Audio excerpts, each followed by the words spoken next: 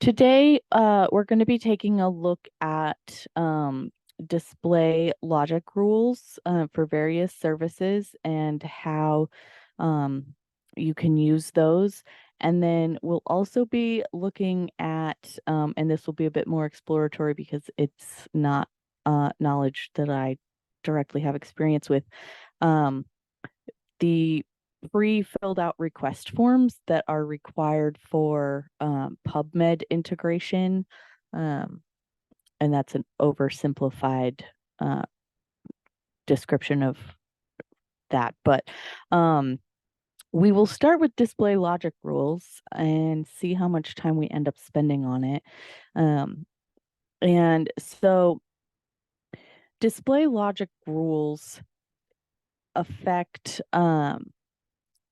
some of how the brief record stuff shows up. Um, we've got the record actions that are one part of it, the display fields that are part of it, and then the full record services. Um, display logic rules affects the view it, get it, um, as well as maybe something else, but maybe not. Maybe quick access if it's turned on. Um, but they're not in configuration. They're actually in or they're not in discovery configuration. They're in configuration, fulfillment, and then discovery interface display logic and display logic rules. And so this is not going to be something that can be tested in a test view because it is applied in the fulfillment configuration. Uh, so something to keep in mind. What I've seen in a few people's environments is that the hide service rules are extremely messy. And so I just want to kind of clear up some of what is required based on the different rules. These are nice and clean. And what is nice is that they have set this up so they have not listed specific user groups that this service is being hidden from. What I've seen is maybe someone set it up and didn't realize that this is optional and that by not selecting anything, you are hiding it from everybody. So they went through and attempted to click every single one of these, and then they have um, user groups that go away, and there's like weird null code in there, and it's gross looking. So if you don't select anything, this rule will apply universally. If you select something, um, and this is where I'd love if someone knows definitively, um, obviously, it's only going to apply when someone is logged in and then attached to that user group. But if they're not logged in, does anybody know if the service you're trying to hide shows up or not? I'm assuming it does not, because the idea is that, um, well, that's a dumb assumption. Who knows? Uh,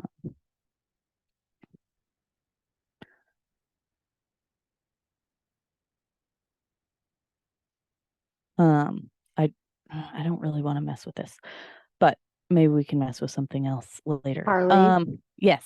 would this be like if we have our own request um, for or interlibrary loan request form, Mhm. and in order to for it to be available to users for them to see it, they have to log in um, to their Primo account. Is that the same thing, or is that something different? Because So I you think won't you see. Go ahead. yeah, so I think it is, and so maybe we can compare yours with this one.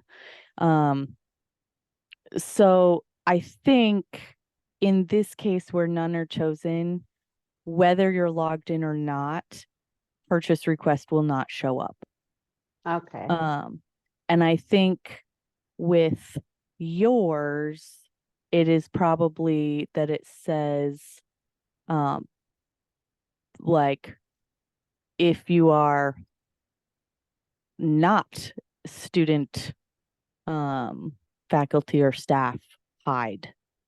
So let's take a look because this is an excellent example. So, but this is what I'm talking about with the null, null, null, null, null. Um, and we can look at, so we've got 4 user groups, hide purchase request with, so false. So it's actually reversing and showing the service, um, if it's a user group from, a user who is logged in from one of these user groups. So yes, so that's exactly what it is. But you can see the difference between, um, hiding it from everybody and showing it to select groups. However, I think a few people have set it up so that instead of this being false, they're selecting every single user group that's not, um, one of these, and so it's a lot more messy.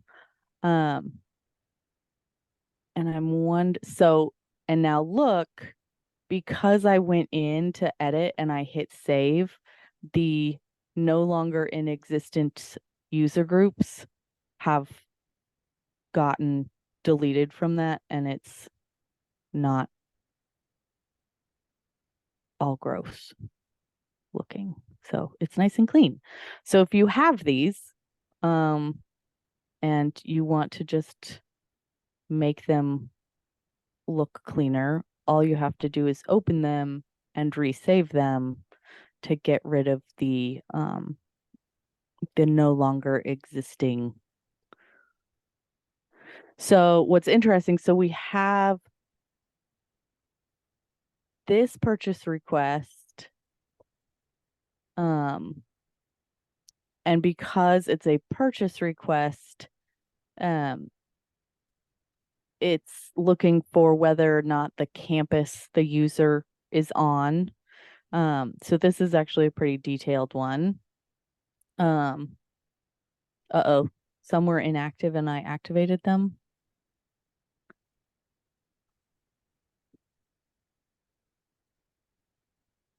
Tracy, take a look. Um, So these, You can go back after the watch the video and get a hint thanks, of what was George. Make inactive. sure I fix it. It's Tuesday morning and I probably have to watch the video. Okay, so good tip. Make sure you look at what's active. Um, so we've got, um, hide resource sharing request if it is available, if it's, wait, see, this is why it's good that we all look at this. So for these groups, hide resource sharing, and then it says with availability by institution, value false. So if we piece through that, if an item has availability in the institution, Or if it's not available at the institution, the resource so sharing sharing request will be request, well, hidden. but it's, yeah, which I think So maybe we want to we say want with it, value true. yeah. I'm not changing any of your stuff, Tracy, but let's look at the Alma documentation for that, because this is exactly the case where you're like, have we constructed it correctly because of Alma's stupid backwards logic. Okay. Ex Libris.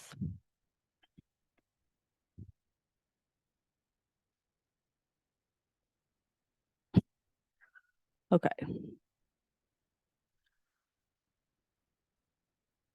So here are the various fulfillment services that it can be applied to. And the full text is how you get rid of the extra electronic collection duplication. And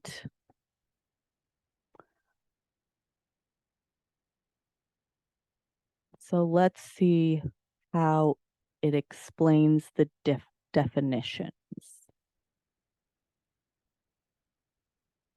Okay, field rules.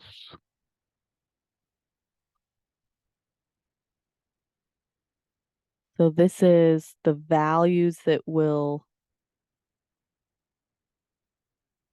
show up in the pop drop downs. Okay, so we have purchase request, availability by campus.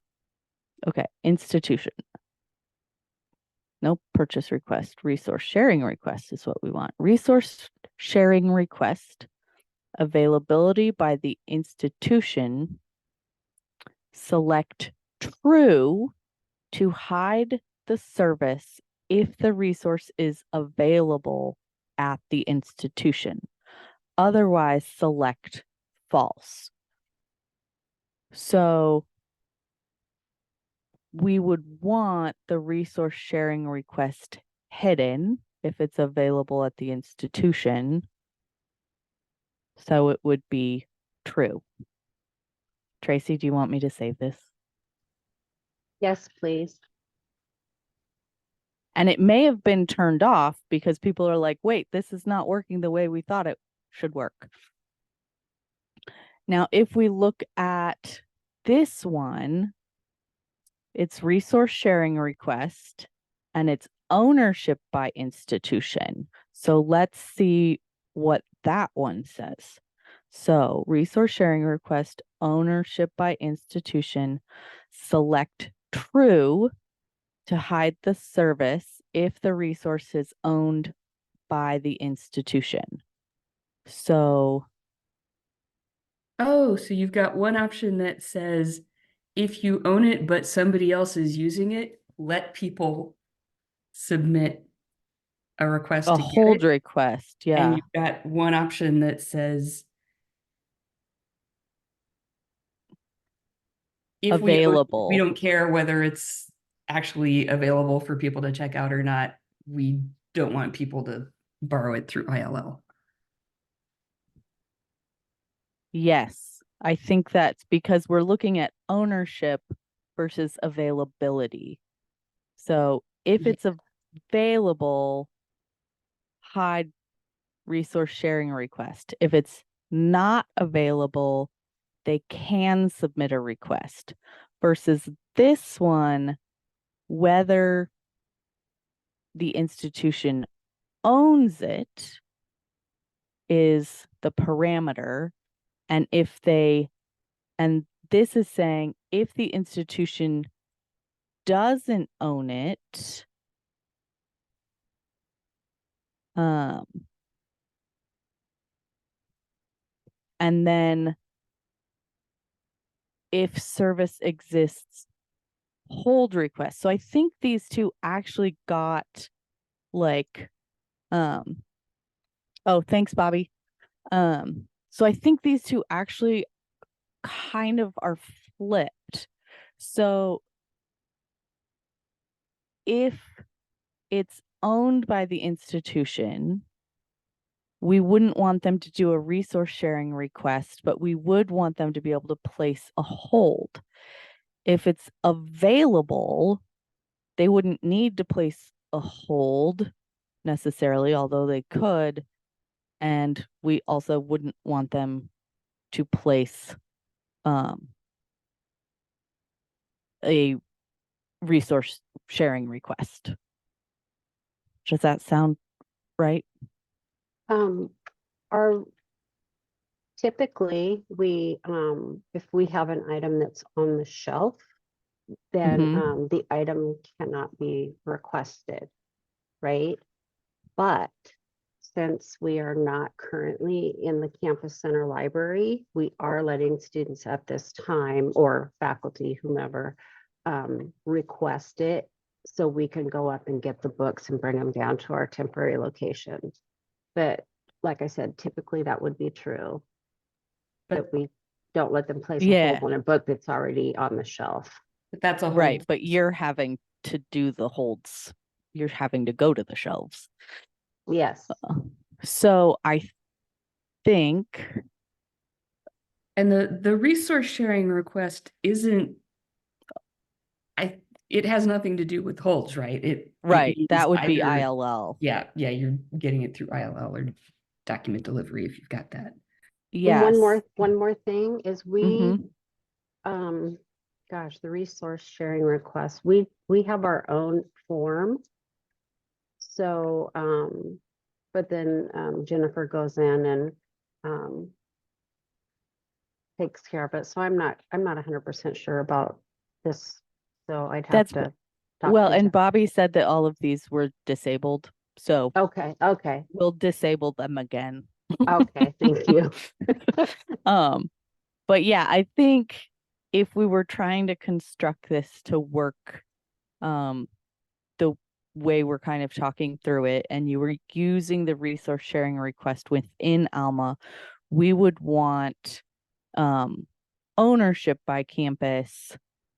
If we don't own it, then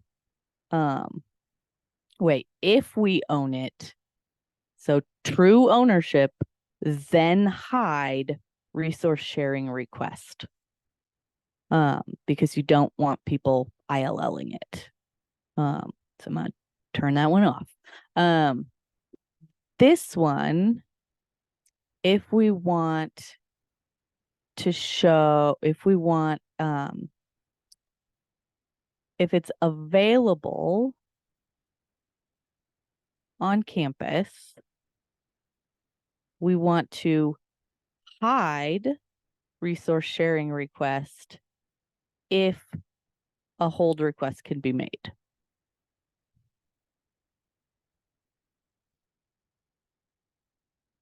Also, we will undo that one.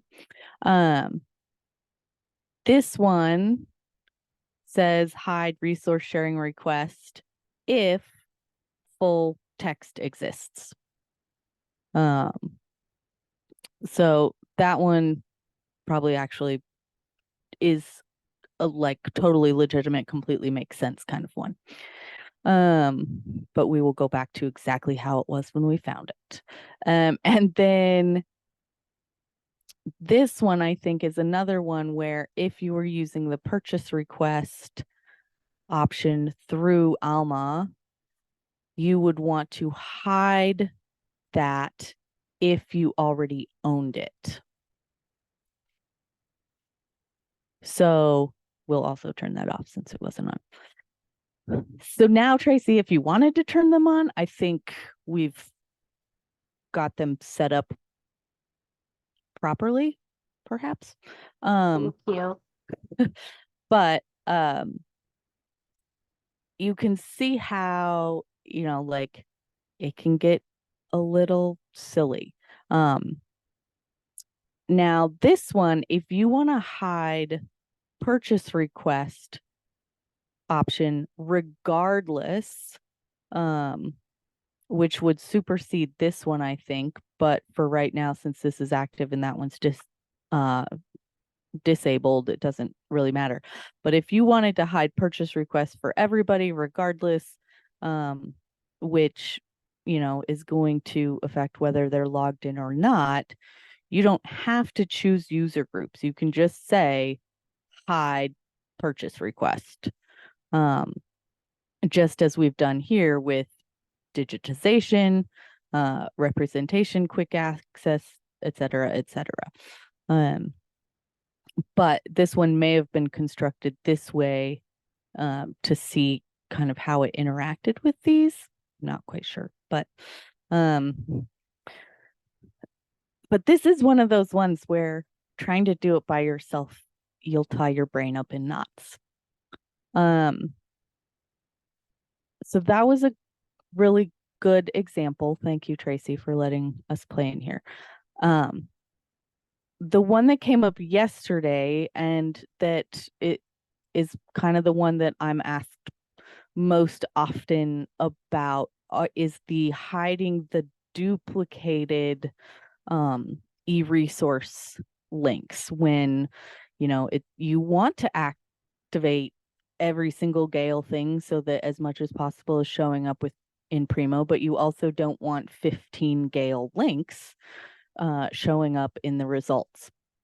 So I've been working on Big Ben's electronic resources, and once I had about a third of the EBSCO collections activated, I wanted to make sure I wasn't overpopulating that results page.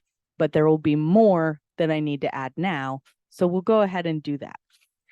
So if you want to direct Primo users through the highest level electronic collection like Academic Search Complete or ProQuest Central, then it's quite easy to create a rule where if it exists in any of the other EBSCO collections with full text, it gets hidden if it's also available in Academic Search Premier.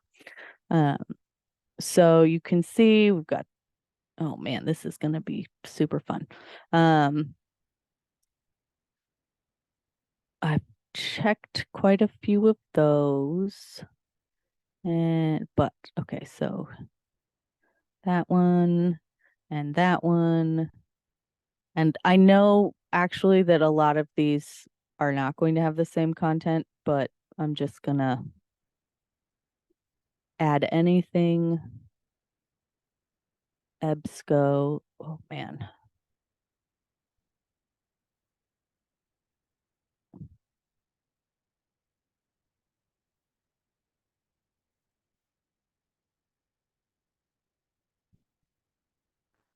All right. So now, if it's in any of these EBSCO ones, but it's also in Search Premier, only the Search Premier link is going to show up, which really helps out when you've got a million micro collections like this. Now, I also know that a lot of these ebooks are not necessarily going to be an Academic Search Premier. So rather than have 5 ebook, nope, did I not hit add?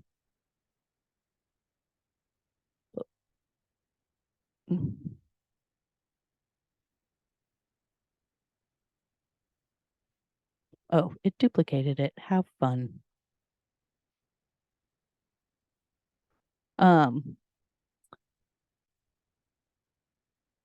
Oh, that's odd. Okay, weird behavior, Alma Day. I want to do one that's going to direct users to the big ebook collection.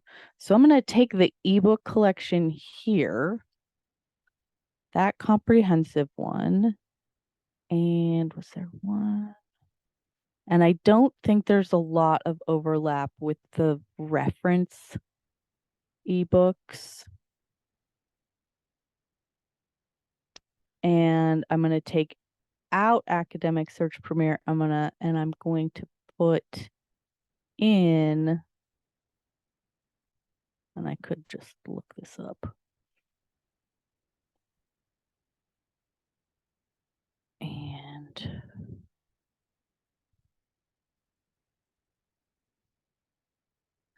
So now, if these ebooks are showing up in these other smaller ebook collections, or one of these other guys, then they're only going to show up with the links to the comprehensive academic collection or the reference one. However, I didn't add academic search complete up here because I'm actually afraid that that might weirdly hide stuff because of the other rule. So we're going to see how this kind of plays out. And I don't have an example, so let's have fun and find one.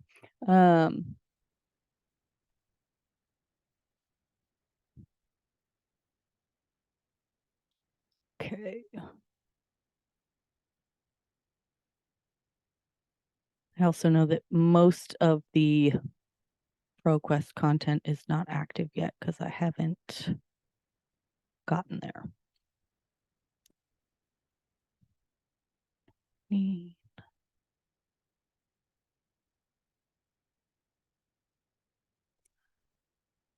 Okay, let's see.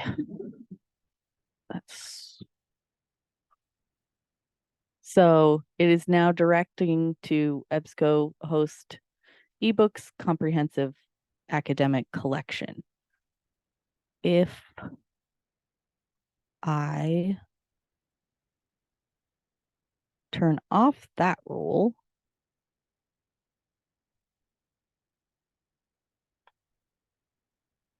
and do that search again,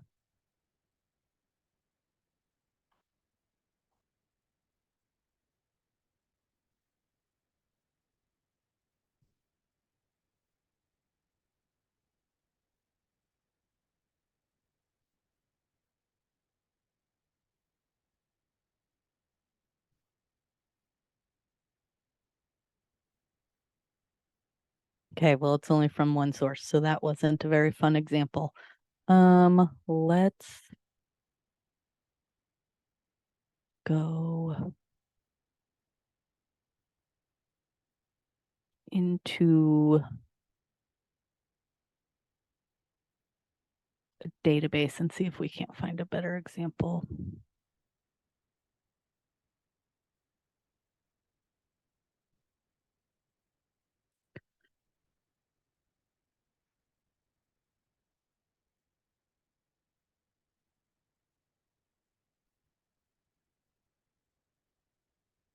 Okay.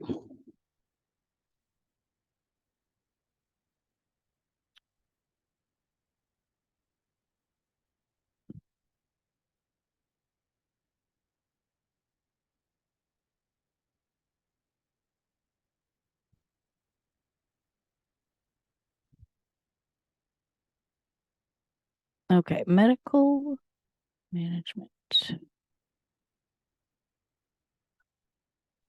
So this is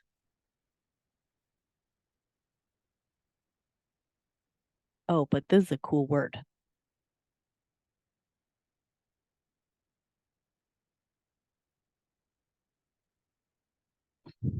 Okay, so this is an ebook in Academic Search Premier. So let's see what the linking looks like. Excellent.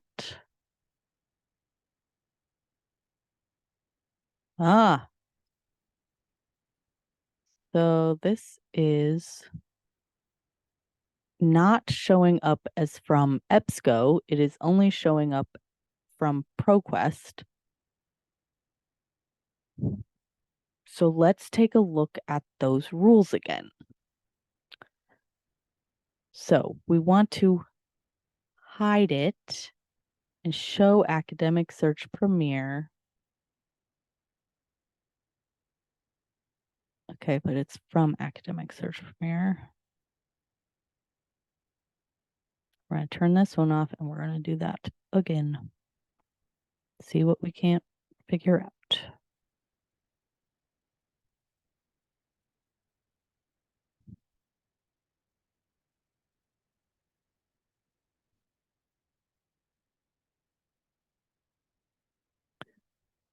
Oh, EBSCO.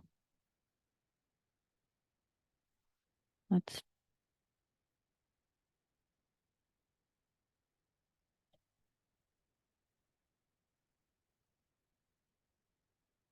where did it go? Where'd it go?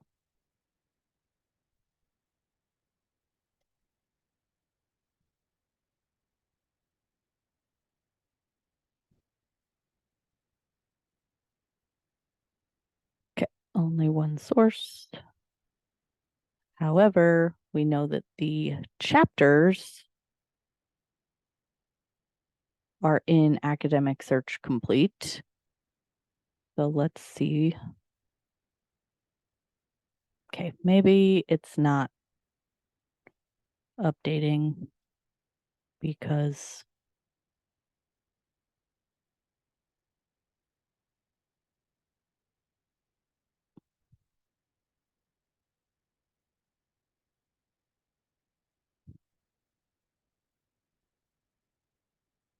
and how do you I always forget how to do a incognito. There it is. Okay.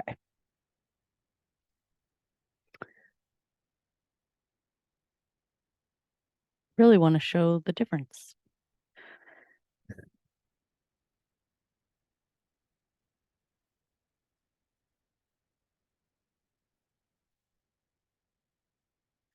Okay, let's see if it wants to work now.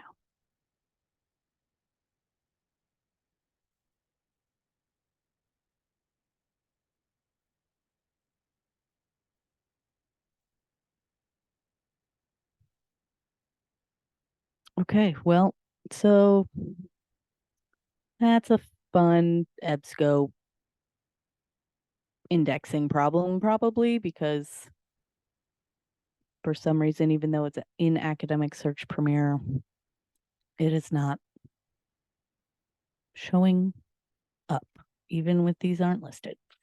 But anyway, it would, if you're thinking of doing this, and you're not as familiar with the content of your electronic resources, I would definitely maybe talk with a collections librarian to be like, hey, which one of these, which higher level one would you like people to be going to? Now, if you wanted to, for instance, highlight, Health Source Nursing Academic Edition, so that if someone were doing a search for something that was in that collection, it wouldn't be excluded. You could, of course, take that out of the list, and you would have the duplication of the link for Nursing Academic and Academic Search Premier, but it would help the nursing students know, like, oh, hey, here's this great collection. I especially recommend that as a marketing promotion tool that can be very passive, because then you aren't necessarily having to push a resource. It is instead being presented to users where they are looking for resources. So, but yeah, so as I activate more of Big Ben's collections, especially with ProQuest, I'll definitely be adding more of these rules. This one was one that either Amanda or Rhonda had in place before I put these in, but I'm not sure how much overlap there is between in context opposing viewpoints and Gale Health and Wellness, because it's a totally different like interface, and so they've probably indexed any overlap content in totally different ways anyway. So are there any examples or questions or any institutions where you'd be like, hey, let's take a look at mine real quick because I don't know what's going on?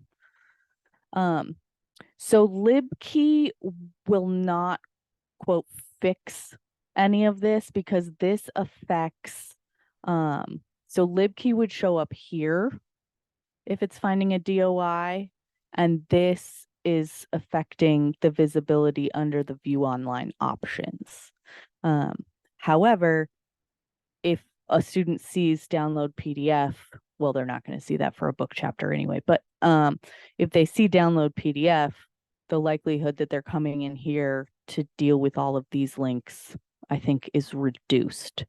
But they're not, libkey's not going to help with all the options in here.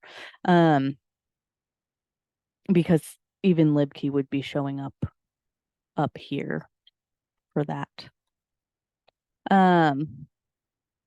Yeah, anyone want to take a look at their own rules?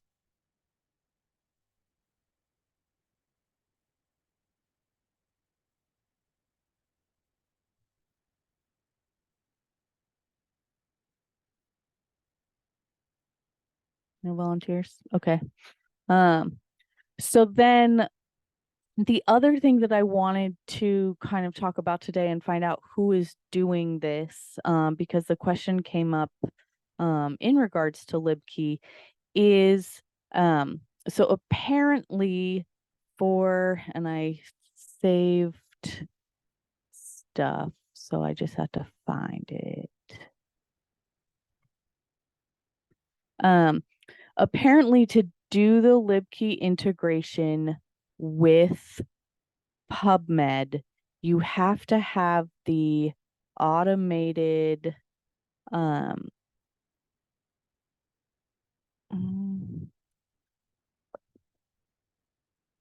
request form set up for PubMed, because I don't know why it's PubMed. So I'm trying to help out folks who want to set that up, and I'm curious who thinks or knows that they have a request form set up for PubMed that we could take a look at.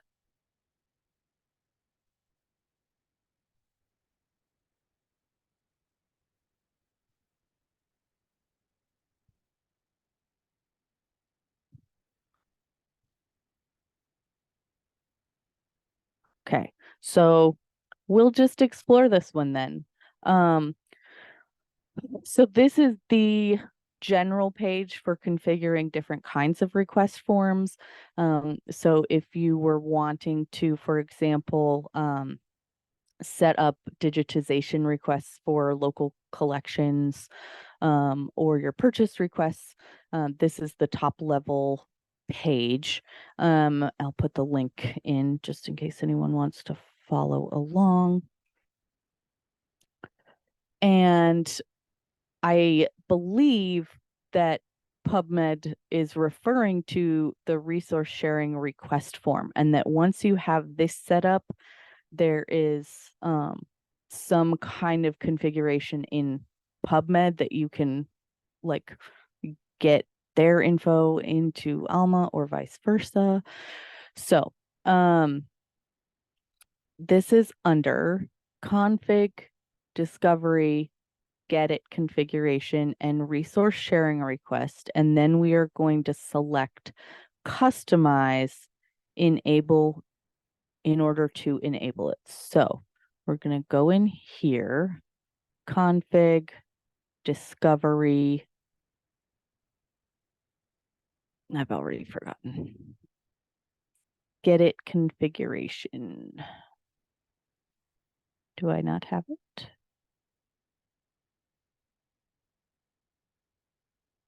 I don't. Okay. Let's give me more permissions and sign out and sign back in.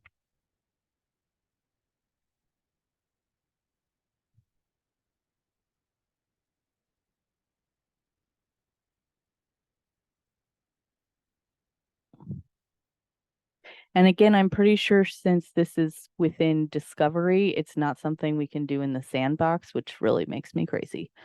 Okay, it's not going to be invoice, not going to be purchase request.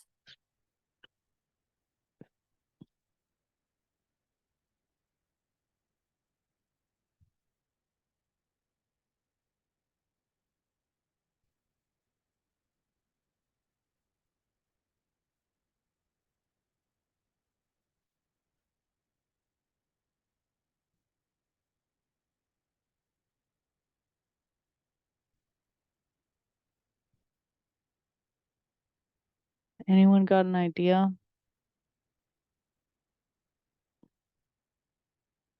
Like it's not in, okay, user management, acquisitions.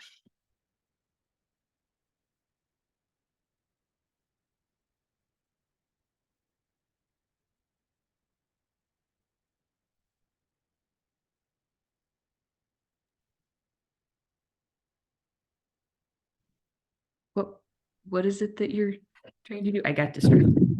I was telling my So, UX committee about I'm updating the display logic rules. so we've got configuration menu, and then I'm supposed to be able to see discovery and get it configuration. And if I look, and I go to configuration, discovery, I wasn't in configuration. Guys, we're fine. Okay. Yeah, So then I've noticed this thing recently, and if you get into Alma config and you spend a while it in kicks you Alma back. config, it automatically flips back to normal Alma, but you're still seeing the config table. Oh, well, and I tend to get slightly more confused at Big Ben just because the blues, like, yeah, because the blue is kind of a blue of Big Ben, and so I don't really think about it being different. Okay, but it's get it configuration and resource sharing request. Okay, so configuration, discovery, get it, resource sharing request. So if you haven't done this before, the button will not say save, it will say customize. So now this is where I I think Olympic has it set up. So I'm gonna go ahead and go into Olympic because I'm not sure what it needs to look like. And if we want to get it set up for PubMed,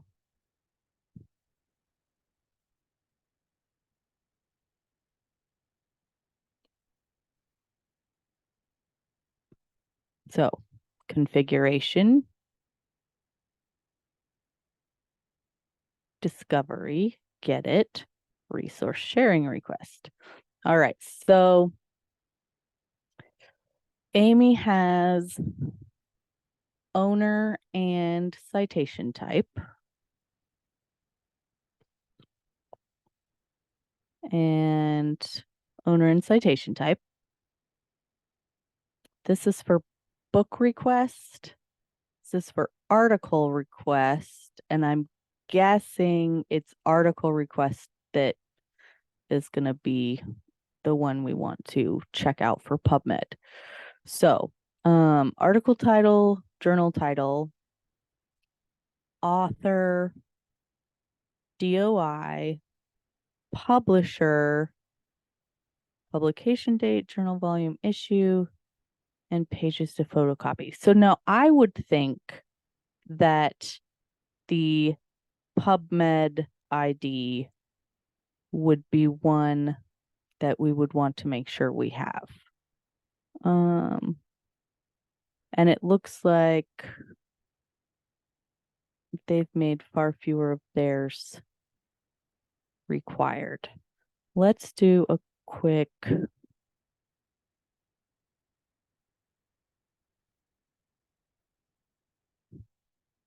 and of course this all came up right as Amy was going on sabbatical.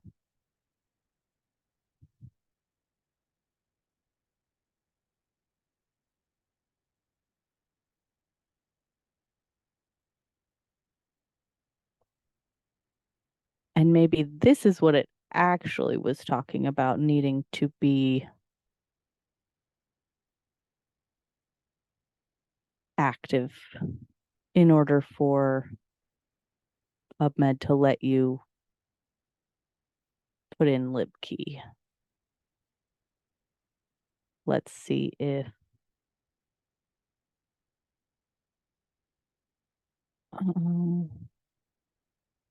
it's also frustrating to me that some things you can access from both config and the other one and regular. Okay, so she's got an old published to PubMed and no replacement.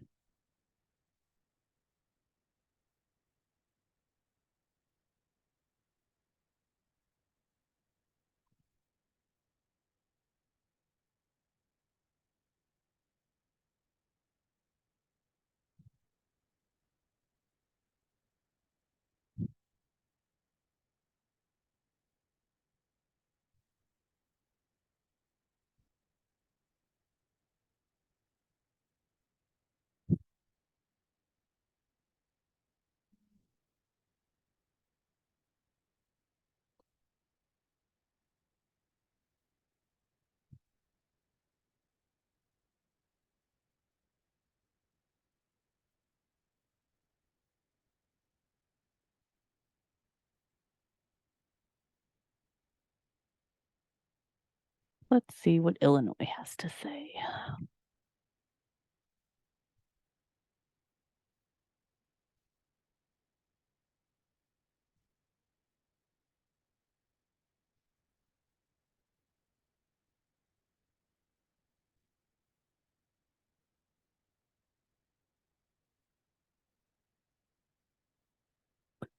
Okay.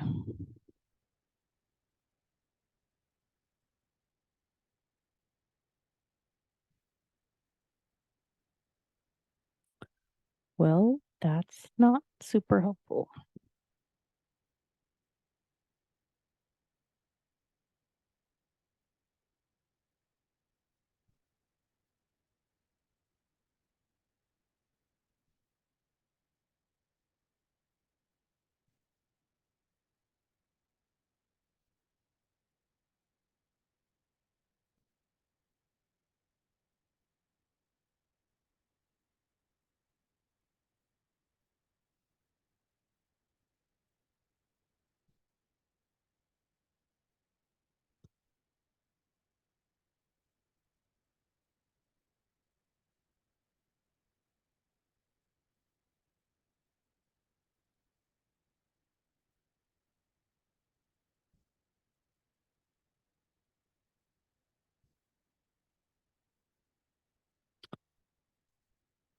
This might also be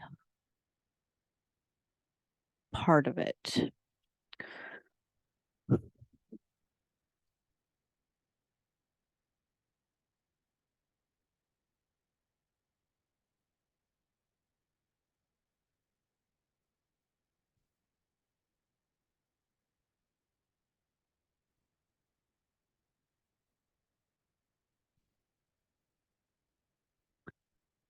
Okay, so if you do not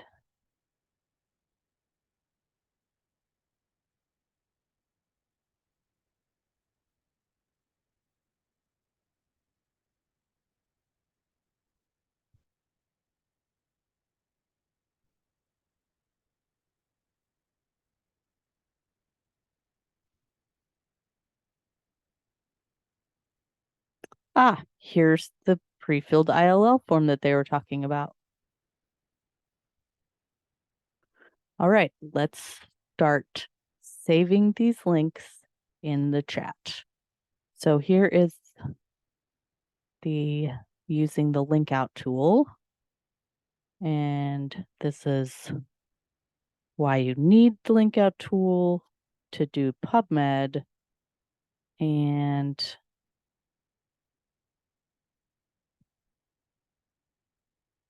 this is the PubMed publishing profile, which we're not sure how that is involved.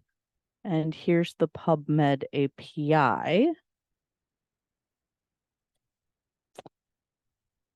And that wasn't particularly helpful.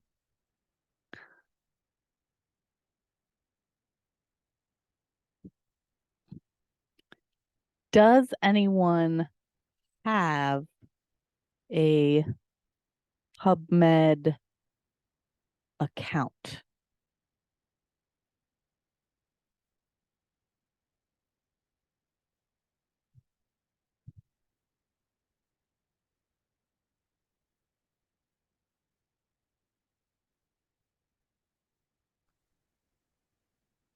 I did not really know there was such a thing as a PubMed account. Could you say a little more?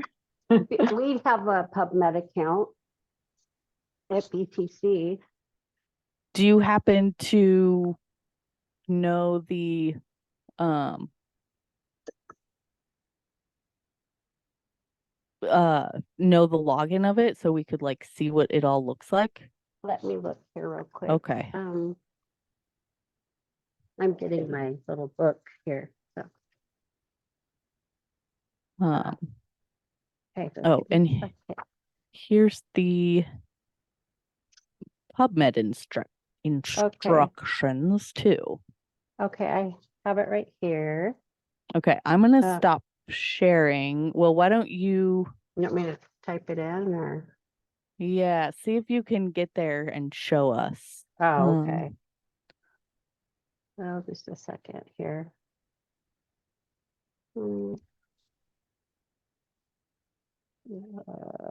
It's the PubMed link out account. Is that what you're talking about? Yes, that's exactly what I'm talking about.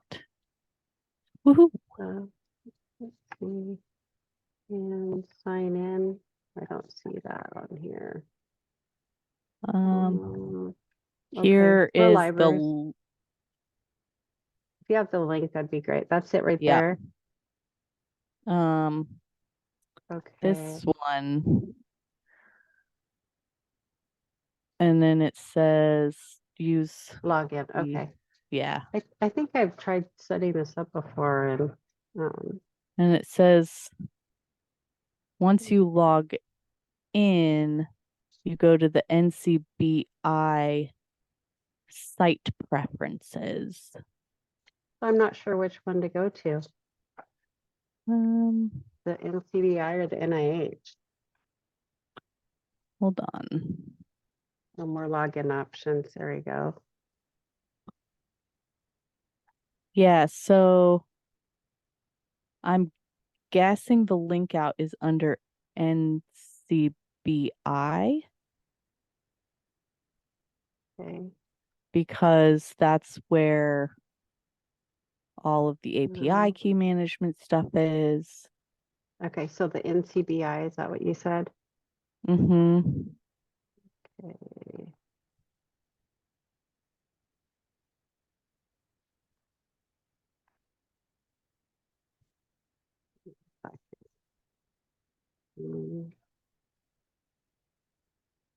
Okay. I'll stop sharing, and then if it's working for you.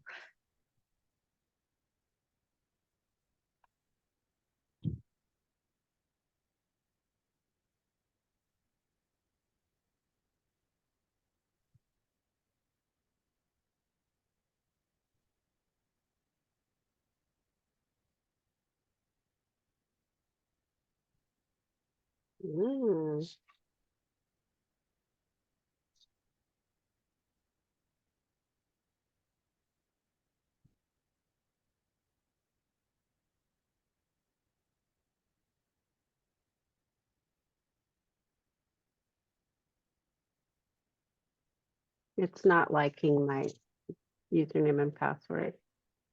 Ah, shoot. Mm, Okay. which is odd. I'm Mm. gonna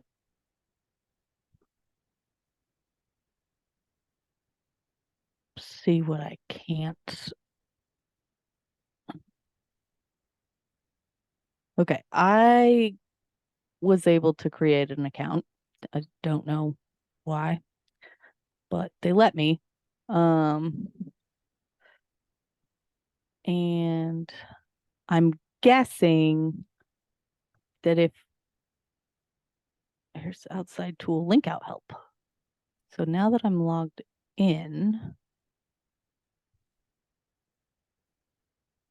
register your service. Only issued to libraries, not available for trial. Library link resolver software should be in place. Link resolver format.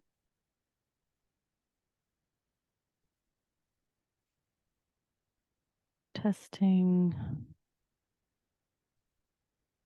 If everything works.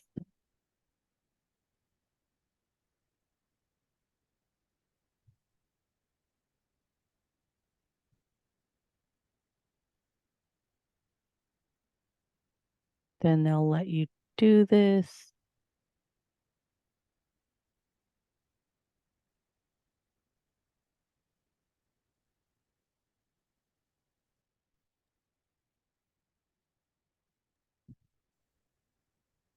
I wonder if we can look up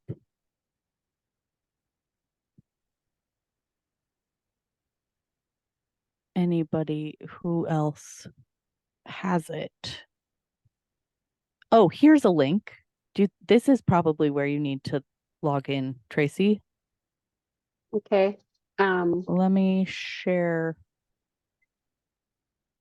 this one since it is an outside, it's the link out tool. Okay, let me try that one.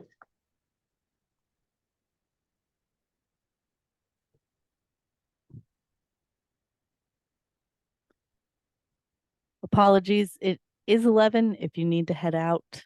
Don't worry, we'll catch you next time and we will keep recording to find out what we learn about PubMed. Let me try one more time.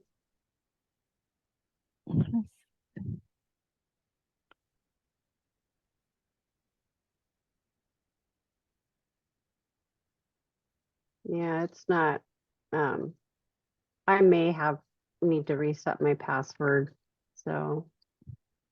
Okay, I'm gonna try and see since it says that something about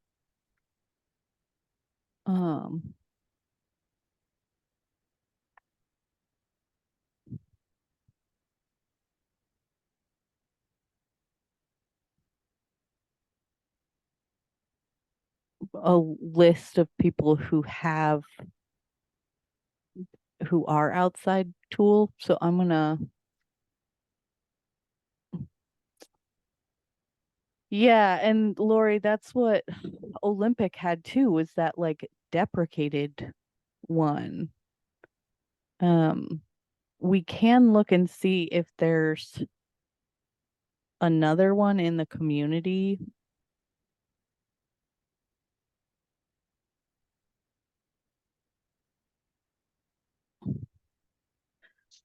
And there's not, so I'm guessing that this method is no longer how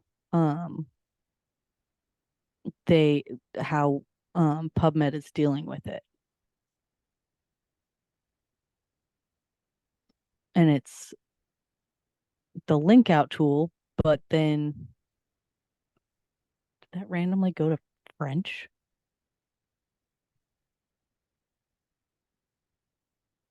Weird. Um,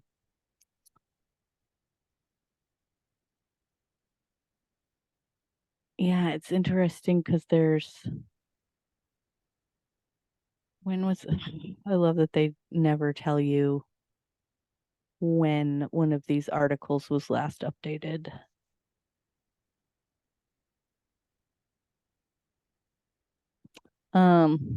Okay, well, it's 11:02, and um, I do think that this warrants further investigation.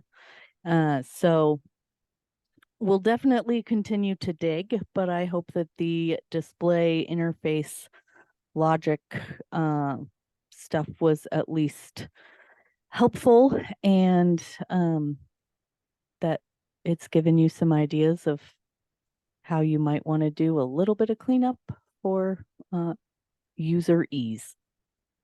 So until next time, I can't remember when our next meeting is, but you will hear from me. Have a great rest of your week.